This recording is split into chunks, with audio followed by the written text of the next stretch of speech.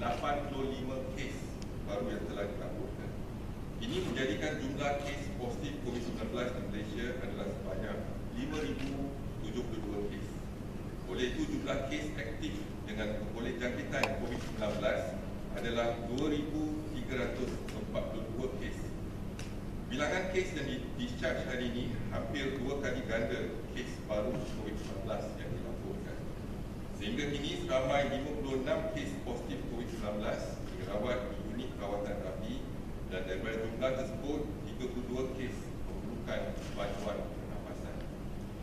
Daripada maklumat terkini yang dilaporkan ke CPRC kebangsaan, duka cita dimaklumkan bahawa terdapat pertambahan 1 kes kematian berkaitan dengan COVID-19. Justru jumlah kumulatif kes kematian COVID-19 di Malaysia adalah sebanyak 83 kes, iaitu bersamaan dengan 1.64% daripada jumlah keseluruhan kes. Kes kematian ke-83 iaitu kes 4,988 merupakan lelaki warga negara Malaysia berumur 69 tahun dan mempunyai latar belakang penyakit kencing manis dan darah tinggi. Beliau telah dirawat di Pusat Perubatan Universiti Malaya pada 21 Mac 2020 dan disahkan meninggal dunia pada 15 April 2020 jam 6.41 pagi. Kementerian Kesihatan mengucapkan takziah kepada ahli keluarga tersebut. Seperti yang diumumkan oleh Yang Amat Berhormat Perdana Menteri Malaysia sebelum ni, Perintah Kawalan Pergerakan fasa kedua yang bermula pada 1 April 2020 sehingga 14 April 2020 kini disambung pula kepada fasa ketiga. Setelah hampir sebulan pelaksanaan kedua-dua PKP fasa pertama dan kedua, kita dapat melihat trend jumlah kes baru COVID-19 sedikit kawal tanpa kenaikan yang mendadak. Manakala jumlah kes harian yang discharge daripada ward meningkat saban hari. Ini menunjukkan kemajuan yang memberangsangkan hasil daripada pelaksanaan PKP seperti yang dapat dilihat pada trend jumlah kes aktif seharian. Susulan PKP fasa pertama dan kedua, PKP fasa ketiga mula dikuatkuasakan pada hari ini iaitu 15 April 2020 sehingga 28 April 2020. Tujuannya adalah untuk meneruskan tindakan sedia ada serta menggiatkan lagi usaha mengurangkan kes positif COVID-19 di Malaysia dengan menggunakan pendekatan tertumpu iaitu targeted approach kepada lokasi dan juga kumpulan berisiko tinggi. Kepatuhan masyarakat terhadap arahan ini adalah amat penting pada ketika ini. Namun berdasarkan pemantauan yang telah dijalankan oleh pihak berwajib dan juga keadaan trafik jalan raya yang diperhatikan kebelakangan ini, didapati masyarakat semakin tidak akur terhadap arahan PKP ini. Sehubungan dengan itu, Kementerian Kesihatan Malaysia menyambut baik keputusan pihak MKN agar tindakan yang lebih tegas diambil atas ketidakpatuhan segelintir masyarakat. Ini diharap dapat memberi impak yang positif dalam meratakan lengkungan ataupun flatten the curve dan seterusnya memastikan fasilitis Kementerian Kesihatan dapat menampung bilangan pesakit COVID-19. Kementerian Kesihatan Malaysia khawatir ketidakpatuhan kepada PKP boleh membatalkan usaha keras semua pihak yang telah diambil setakat ini. Terima kasih kepada semua pihak berwajib dalam membantu menguatkuasakan arahan PKP ini agar tahap keakuran dapat dipertingkatkan lagi. Oleh itu, Kementerian Kesihatan menyeru kerjasama semua rakyat Malaysia dalam memainkan peranan masing-masing dalam menangani penularan wabak ini dan memastikan rantaian jangkitan COVID-19 dapat diputuskan. Usaha ini dapat dicapai dengan terus mengamalkan perkara berikut. Yang pertama, patuh kepada Perintah Kawalan Pergerakan. Yang kedua menjaga tahap kebersihan diri yang tinggi pada setiap masa seperti kerap mencuci tangan, menggunakan air dan sabun, serta jarak sosial selamat sekurang-kurangnya 1 meter daripada orang lain. Kementerian Kesihatan juga maklum bahawa terdapat segelintir masyarakat yang perlu hadir bertugas terutamanya bagi perkhidmatan perlu. Oleh itu, Kementerian Kesihatan ingin menasihatkan agar mereka mengelakkan berada di kawasan yang sesak, iaitu crowded space, dan kawasan yang tertutup, yang confined space, secara beramai-ramai, misalnya di ruang makan di pejabat dan sebagainya. Kekalkan jarak 1 meter ketika bercakap semuka dengan orang lain, iaitu conversation, close conversation, dan memastikan ruang makan pejabat kekal bersih, termasuk menggunakan disinfeksi bagi memastikan kawasan kerap disentuh adalah bebas daripada kuman. Seterusnya, Kementerian Kesihatan ingin memaklumkan bahawa terdapat beberapa permohonan telah diterima bagi tujuan pengesahan penggunaan disinfection box ataupun chamber, tunnel, booth, partition atau gate untuk mengurangkan jangkitan COVID-19 di mana ianya telah dinilai oleh cawangan penilaian teknologi kesihatan Kementerian Kesihatan Malaysia. Ini memandangkan ia dilaporkan telah diguna sebagai peralatan nyakuman di beberapa negara. Penilaian telah dilakukan terhadap beberapa model peralatan tersebut daripada beberapa negara dan juga model-model yang telah sedia ada di Malaysia. Adalah didapati bahawa proses nyakuman oleh peralatan yang dinilai melibatkan seseorang melalui peralatan tersebut untuk tempoh 20 hingga 30 saat, di mana individu akan disembuh menggunakan bahan kimia bagi tujuan nyakuman. Kesemua model yang telah dikaji menggunakan bahan kimia berlainan. Hasil daripada penilaian yang dilakukan mendapati bahawa tiada bukti setakat ini untuk menunjukkan bahawa peralatan tersebut berkesan dalam mengurangkan jangkitan COVID-19. Jangka masa 20 hingga 30 saat tidak memadai untuk proses nyakuman yang berkesan. Prosesnya juga tidak boleh membunuh kuman di dalam badan manusia. Tambahan pula, bahan kimia yang digunakan boleh membawa kemudaratan kepada selaput badan seperti di mata, mulut dan juga kulit. Berdasarkan penilaian tersebut, Kementerian Kesihatan tidak menyarankan penggunaan disinfection box, chamber, tunnel, booth, partition, gate sebagai langkah untuk mengurangkan jangkitan COVID-19 terhadap manusia. Kementerian Kesihatan akan terus memantau perkembangan kejadian COVID-19 melalui segala maklumat yang diperolehi dan akan dimaklumkan kepada rakyat daripada masa ke semasa. Dan saya ingin maklumkan statistik harian iaitu di kawasan Perintah Kawalan Pergerakan diperketatkan. Yang pertama di Keluang, jumlah kes positif di Keluang ada pertambahan 9 kes baru menjadikan jumlah 210 kes, iaitu di Bandar Baru Ibrahim Majid, iaitu pertambahan 9 kes menjadikan 172 kes. Manakala di lain-lain lokaliti kekal 38 kes. Kawasan Ulu Langat, jumlah kes positif Ulu Langat ialah 437 kes, ada pertambahan 6 kes baru. Dan di Kampung Sungai Lui 128 kes, di mana 124 kes adalah daripada Madrasah Tahfiz. Bukan Kampung Sungai Lui kekal 309 kes. Kematian di daerah Ulu Langat ada 1 kematian. Di Menara Plaza City One, jumlah kes positif Menara Plaza City One kekal 39 kes, tiada pertambahan. Di Menara Malayan Mansion, jumlah kes positif Malayan Mansion kekal 4 kes. Di Selangor Mansion, jumlah kes positif Selangor Mansion juga kekal 83 kes. Dan untuk rumusan kes kluster COVID-19 kumpulan perhimpunan di Masjid Sri Talim, setakat ni sampel yang diambil adalah 24,805 kes. 5 sampel, 24,805 sampel, dan kes positif ialah 1,924. Negatif ialah 20,494. Seterusnya,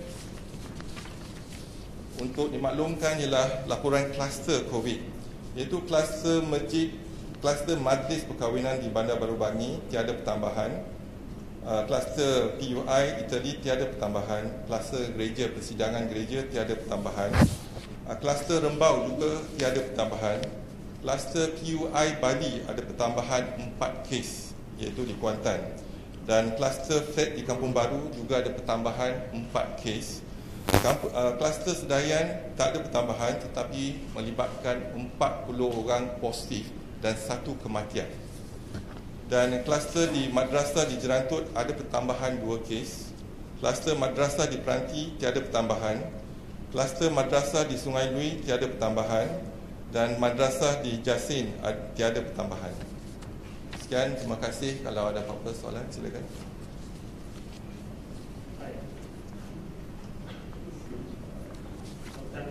Yes. Our national hammer thrower, Jackie Wong, whose COVID-19 positive has been treated at Cebu Hospital since March 16, 1 month ago. He's still not out. Could you update us on his condition? Is it normal for patients to spend that long time in the hospital? Second question is on cluster Bali di Kuantan. Could you explain to us this person traveled to Bali for what reason? How did he affect the others? Okay, thank you very much. The first is I do not review patient's name, right, and refer to the patient. But what I'd like to address is basically in terms of the duration. Sometimes duration, the mean duration is 14 days. But we need to do the test. If it's still positive, you have to make sure that patient remain positive and in the hospital. This is something different from other countries. If you look into UK, Italy, positive patient, asymptomatic and mild symptoms are advised to stay at home. Here in Malaysia, positive patient, we make sure that they've been isolated in the hospital so that we can actually monitor them closely. And that's perhaps that's the reason why our asymptomatic and mild symptoms, we have about 88%. And because of the close monitoring and the monitoring and the treatment being given, therefore we see that our outcomes is much better. And the second is with regards to the PUI from Bali. For whatever reason, we are not sure there's a trip to Bali. But what is more important, when he came back, infected the brother, and again, the brother was admitted to the hospital. Initially, was diagnosed as dengue, suspected to be dengue, and that's where the infection start to, to spread among the healthcare workers before we get the result of the COVID test to be positive. That's the reason why now we are also we are monitoring the case closely and the whole cluster closely, and hopefully we can contain as soon as possible. Saya habis dari Malaysia video. Saya ada 3 soalan. Satu adalah kluster Sedayan. Boleh Datuk klarifikasi sebab semalam Datuk kata only 39. Lepas tu dia Datuk kata ada pertambahan tapi ada 40 and 1 death. Okay, and then difahamkan di lapangan di Sedayan tu sudah dibuat secara besar-besaran test lah. Adakah potensi untuk dibuat PKPD di situ? Kedua, last week Datuk kata R0 dijangka akan lebih turun lagi lah untuk minggu ni bagi Datuk kasih baru R0 dan tanya kerana apa ni biaya ni lah menurunkan hari ni kita lihat bawah 100 lah, rasanya dah berapa lama bawah 100 kes baru ni first time lah. But kalau kita lihat dah sebulan PKP ni dilakukan tapi jumlah kes ada yang hampir mencecah 200 dan biasanya di antara 150 ke 200 walaupun dah sebulan. Mungkin apakah what went wrong in this? Okay, terima kasih. Semalam kita maklumkan 39 kes, iaitu kes kluster Sedayan. Campur dengan 1 kes kematian ialah 40 kes.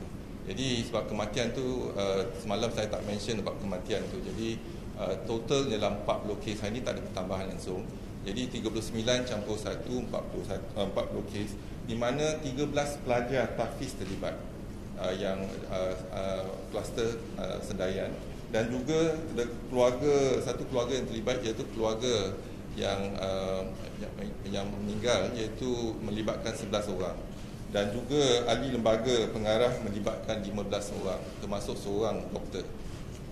Jadi total adalah 40 orang. Jadi kes yang telah dimaklumkan awal tu 39 campur dengan 1 kematian 40. Yang kedua, yang kes yang kita dapati ialah kes hari ini ialah mungkin antara kalau kita lihat tempoh fasa 1 dan fasa 2, hari ini kita kes memang berkurangan. iaitu 85 kes kan ini. 85 kes yang telah dicatatkan. Jadi ini mungkin ada hasil daripada tindakan kita, iaitu PKP 1 dan 2. Dan bila kita nampak tambahan 2-3 hari lepas ada pertambahan, ini sebab kita melaksanakan PKPD, iaitu diperketatkan, PKP yang diperketatkan dan active case tracing. Bukan kegagalan tetapi satu kejayaan kita untuk kita masuk ke kawasan yang disyaki ataupun lokaliti yang hotspot, yang ada kes mendadak di hotspot tersebut, dan kita masuk ke kawasan tersebut, terus kita melaksanakan active case detection, mana kita melaksanakan ujian dan juga isolasi dan juga rawatan, dan kita berjaya mengesan kes-kes yang positif. Jadi bila kita berjaya mengesan kes-kes positif, bermakna ada pertambahan kes. Jadi ini bukan seperti kes-kes sporadik, tetapi sebab kes active case detection kita jangkakan ada pertambahan sikit. Jadi pertambahan tak banyak, tapi lebih kurang dalam 190 hingga 200 lebih. Kita tak ada lagi kes sampai meningkat mendadak sampai 300 kes contohnya. Tetapi hari ini alhamdulillah kita lihat kes telah turun pada 85 kes. Dan laporan-laporan badan negeri dah berkurangan. Contohnya di Kedah, di Perlis dan di Pulau Pinang dah berkurang. Kelantan pun dah berkurangan, dan Terengganu juga. Jadi kita lihat memang kita tertumpu di kawasan Selangor, kawasan Kuala Wilayah dan juga Negeri Sembilan. Jadi kita sekarang ni ada 28 kluster. Yang kecil-kecil kluster ada 28. Jadi tindakan kita ialah khusus kepada kluster tersebut, iaitu lokaliti dan juga kumpulan sasar kita, iaitu kluster 28 kluster. Dan kita lihat juga sekarang sasaran kita ialah selepas tabligh ialah pelajar-pelajar madrasah tahfiz. Setakat ni kita dapat maklumat iaitu ada 8,616 pelajar tahfiz. Dan setakat ni kita dah saring 1,736 pelajar di madrasah. Mereka yang ada di madrasah kita dah saring. Tetapi kebanyakan mereka pun dah pulang ke rumah sebelum PKP. Dan kes yang positif ialah 217 kes yang positif. Lebih kurang 10%.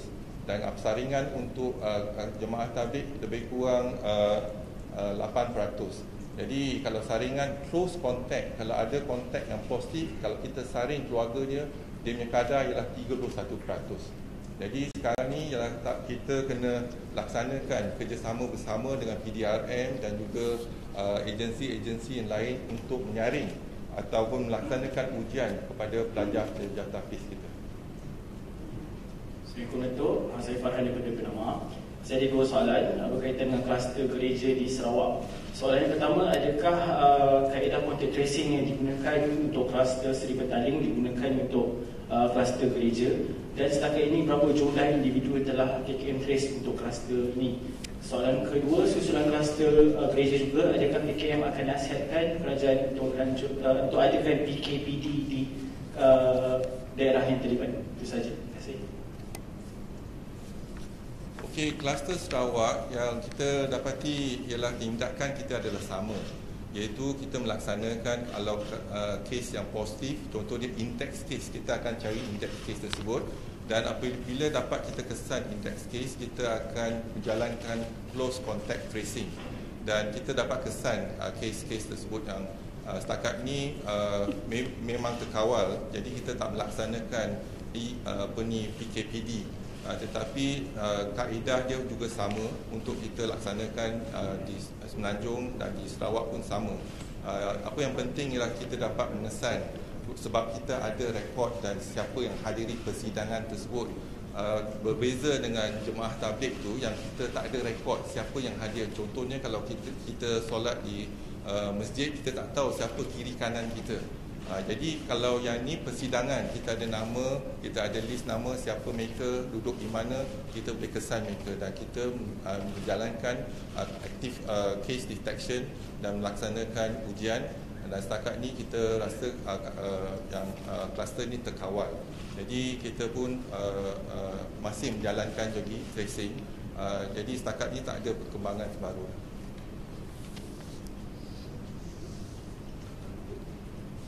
Datuk, Chair, I have two questions. The first question is, according to the MOE infographic this morning, Lembah Pantai is the area with second highest case in KL with records of 572 cases, which is red zone. So has KKM identified any main or sub-cluster in the Lembah Pantai area since this is one of the high density areas? And second question is, Singapore came out with a mandatory rule yesterday for everyone to wear masks once they step out of the house, with some exceptions. So for our country, is there any necessity for our country to implement such rules, or it doesn't seem so necessary to do so? Okay, the first is with regards to the Lembah Pantai. Lembah Pantai, if you look into the area that is involved, is also involved. The Menara Plaza City 1 is under Lembah Pantai, and also the Malaya Mansion and the Selangor Mansion also under Lembah Pantai. So there are cases there that is actually there's an increase of case detection over that area. So for example, Selangor Mansion, there are 83 cases, and then Menara Plaza City 1, 39. So these are the area of Lembah Pantai. Although it's in the name Lembah Pantai, but including this EMCO area. And with regards to the mask, yes, WHO recommendation, as we mentioned earlier, but if those who are exposed to the crowd, for example, going to the public places, if you want to put on the mask, Ministry will have no objection. So that's the thing, but most important is the distance. If you practice social distancing, that's one, and make sure even when you have conversation, so the 3C that we are talking about, confined space. If you have a confined space, poor ventilation, and you should avoid that space. And then crowded spaces. So again, avoid crowded spaces. And also close contact when you communicate with your friends and etc. Sometimes you come very close. So if you can stay a distance a bit, that would be encouraged. So these are some of the things that we think we can advise the public to do, and hopefully by doing so, mask will be additional protection. Datuk, this is Muhammad from DP1. Nowadays we hear and read a lot of news from national and international or local media about the COVID-19. They say this virus is into mutation every moment. So these types of condition, basically people are confused and worried. So Datuk can explain how many types of mutation in Malaysia, and can give information for properly to people how can get these things. All right, thank you. Before that, I'd like me to answer about the RO. RO is actually in the modeling. The R0 is basically in the modeling. And when we calculated before the implementation of MCO 1 and 2, the RO is about 3.55. And now, because after the MCO 1 and 2, the RO is decreasing. So, and more importantly is the infectivity or keboleh jangkitan. So we see that the keboleh jangkitan is coming down. Our target is 2033 as of today. But we have the keboleh jangkitan about 2,000, slightly higher, 2,342. So additional of almost about 300 cases. So that is the target, but we are still within that range. So we hope that coming into the phase 3, if we can increase our activity, do what we have done in phase 1 and 2, and we think that we can bring down in terms of the infectivity cases. Today we have 2,342 cases. So if 2,342 cases, our target 2,033 for today. So if we can bring down further, that means the infectivity in the community will be less. So these are the positive cases. These are the cases that can infect. You minus the cumulative cases with the discharge. Discharge means negative, and death also, you already minus it. Then the infectivity of cases is 2,342. So if the number goes down, then infectivity will be less. So the infectivity will be less, then the local transmission also will be less. So this is why our policy in this country is you are positive, we will come and get you, whether you are asymptomatic or not. So in other countries, maybe asymptomatic positive, they advise to be at home. But here we monitor them in our hospital. Okay, and then with regards to the question just now about the mutation, this is a new virus, so basically we do not have the data and reports of the new virus that we can refer to. Unlike other viruses, we already have the identification and the reports. So what we are doing in IMR is important. Number one is that we try to isolate and culture the virus. So once we culture the virus, and then we will compare. Remember, phase 1, in our first wave, basically 16 of our patients comes from China. So we know that probably this group, from Wuhan group, for example, most of them, 16 of them from Wuhan, whether we are seeing a different strain of virus. As they say now, in China probably is the strain B, and they say in Asia, probably in Malaysia, is strain C, and in US and in Europe, probably is strain A, for example. But we do not know. But unless we culture our own virus, that is a whole genome sequence, and if we can do that, we can tag and identify the nature of the virus. So whether it's type A, B, and C. But we believe that because we are dealing with a second wave imported cases. Imported cases, our students or our citizens coming back from overseas, not only from China, but they also come back from UK, from US, and etc. So maybe we have the 3 strains in this country, but we do not know until we do the isolation of the virus, culture and isolate the virus, and then we tag the virus, and then only then we can compare whether it's a strain A, B, or C. Again, this is a new virus, novel coronavirus. Last question. Datuk Sri Shamira dari RKM. Berkaitan dengan proses sanitasi di rumah, kluster Itali di punca dikatakan pejabat-pejabat daerah meminta ahli keluarga sendiri yang sanitize rumah mereka. Tapi sebenarnya apakah SOP, sama ada keluarga sendiri yang kena sanitize ataupun pihak lain seperti PBT, dan sekiranya ahli keluarga yang kena sanitize kediaman mereka, adakah KKM akan memberikan guideline? Terima kasih. Sekarang ni di tempat-tempat awam memang kerajaan tempatan ataupun majlis daerah akan melaksanakan sanitasi tersebut di tempat-tempat awam. Tapi di rumah ialah tuan rumah masing-masing yang kena buat. Guideline tu ada, garis panduan tu ada di Kementerian Kesihatan, bahan kimia apa yang perlu digunakan, dan juga tempat-tempat yang selalu disentuh, contohnya tempat yang common places lah. Jadi kita galakkan dibersihkan dengan menggunakan disinfektan. Boleh dilaksanakan oleh tuan rumah di rumah masing-masing. Jadi panduan tu ada kat kita. Ya. Panduannya ada kat Kementerian Kesihatan, boleh rujuk kepada kita. Okey. Okey, terima kasih.